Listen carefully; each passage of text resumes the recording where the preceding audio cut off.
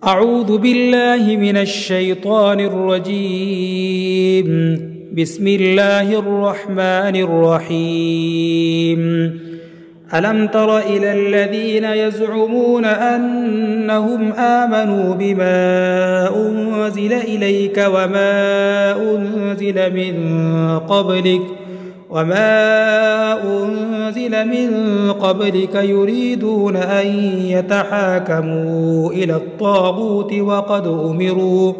وقد أمروا أن يكفروا به ويريد الشيطان أن يضلهم ضلالا بعيدا.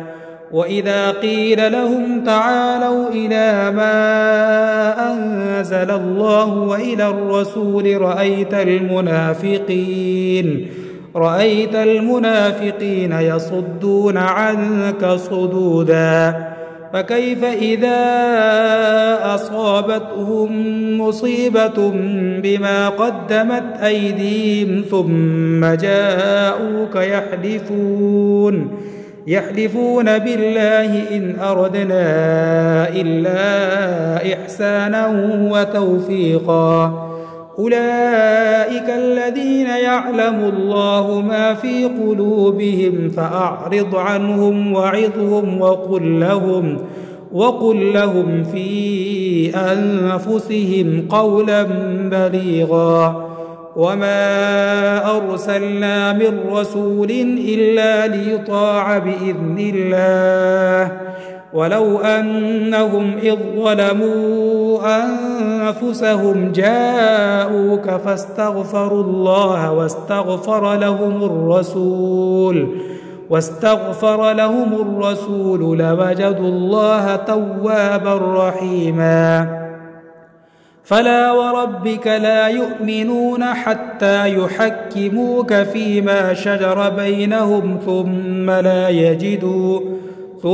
لا يجدوا في أنفسهم حرجا مما قضيت ويسلموا تسليما. ولو أنا كتبنا عليهم أن اقتلوا أنفسكم أو اخرجوا من دياركم ما فعلوه إلا قليل منهم ولو أنهم فعلوا ما يوعظون به لكان خيرا لهم وأشد تثبيتا. وإذا لآتيناهم من لدنا أجرا عظيما ولهديناهم صراطا مستقيما. ومن يطع الله والرسول فأولئك مع الذين أنعم الله عليهم من النبيين والصديقين والشهداء والصالحين وحسن أولئك رفيقا. ذلك الفضل من الله وكفى بالله عليما. صدق الله العظيم.